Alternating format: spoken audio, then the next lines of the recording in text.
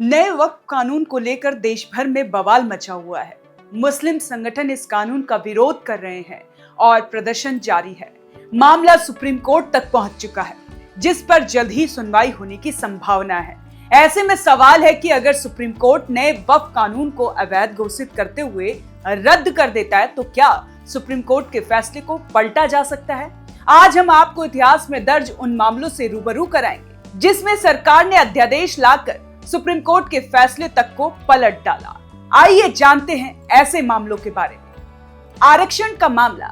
Supreme court के फैसले को अध्यादेश लाकर पलटाने का मामला 1961 में सामने आया था। सुप्रीम कोर्ट ने आरक्षण के एक मामले में फैसला दिया था कि शैक्षणिक संस्थानों में उम्मीदवार की धर्म या जाति के आधार पर सरकारें सीटें आरक्षित नहीं रख सकती हैं।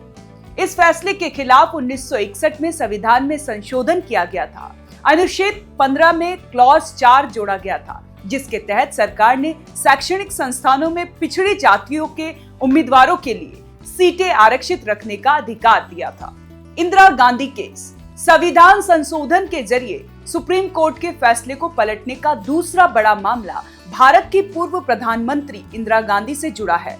1971 में इंदिरा गांधी के रायबरेली में निर्वाचन को इलाहाबाद हाईकोर्ट में चुनौती दी गई थी।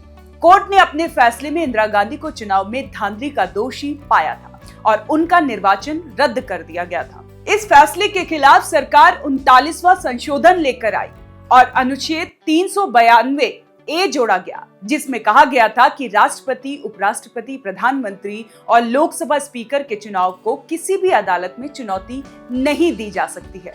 बाद में यह मामला सुप्रीम कोर्ट पहुंचा, जहां 39वें संशोधन को अवैध करा दिया गया। शाहबानू प्रकरण। इंदौर की रहने वाली शाहबानू को उनके पति मोहम्मद अली खान ने तलाक दे दिया था, जिसके बाद शाहबानू गुजारा भत्ता की मांग के लिए सुप्रीम कोर्ट पहुंची।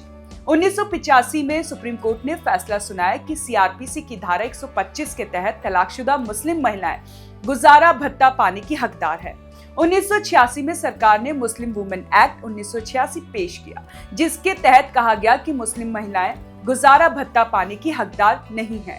तलाकशुदा महिलाएं इद्दत के 3 महीने की अवधि पूरे होने तक ही गुजारा भत्ता पाने की हकदार हैं।